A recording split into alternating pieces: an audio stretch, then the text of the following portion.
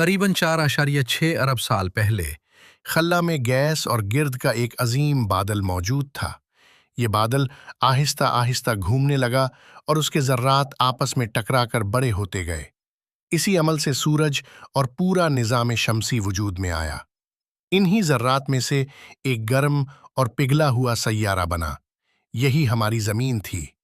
اس وقت زمین ایک آگ کے گولے کی طرح تھی، جہاں ہر طرف لاوا، آتش فشاں اور تباہ کن ٹکراؤ ہو رہے تھے۔ کروڑوں سال گزرنے کے بعد زمین آہستہ آہستہ ٹھنڈی ہونے لگی۔ آتش فشاں سے نکلنے والی گیسوں نے زمین کے گرد ایک ابتدائی فضا بنائی۔ پھر ہزاروں سال تک بارش ہوتی رہی۔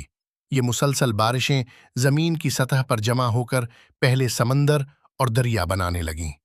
اب زمین زندگی کے لیے تیار ہو رہی تھی۔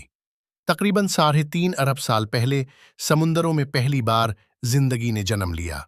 یہ جاندار بہت چھوٹے تھے، اتنے چھوٹے کہ انہیں صرف مائکروسکوپ سے دیکھا جا سکتا ہے۔ یہی ننھے جاندار زمین پر زندگی کی پہلی شکل تھے۔ وقت کے ساتھ کچھ جانداروں نے سورج کی روشنی سے توانائی بنانا شروع کی۔ اس عمل کو فوٹو سینتھیسس کہتے ہیں، اور اسی سے زمین کی فضا میں آکسیجن بڑھنے لگی۔ جب فضا میں آکسیجن زیادہ ہو گئی تو زمین پر زندگی تیزی سے بدلنے لگی۔ سمندروں میں مچھلیاں پیدا ہوئیں، پودے زمین پر پھیلنے لگے اور جانور خشکی پر آ گئے۔ پھر تقریباً 23 کروڑ سال پہلے زمین پر ایک نئی طاقتور مخلوق نمودار ہوئی، ڈائناسور۔ یہ دیوہیکل جاندار کروڑوں سال تک زمین پر راج کرتے رہے۔ تقریباً 6 کروڑ 60 لاکھ سال پہلے خلا سے ایک دیوہیکل شہابی پتھر زمین کی طرف بڑھا۔ جب یہ زمین سے ٹکرایا تو ایک زبردست دھماکہ ہوا۔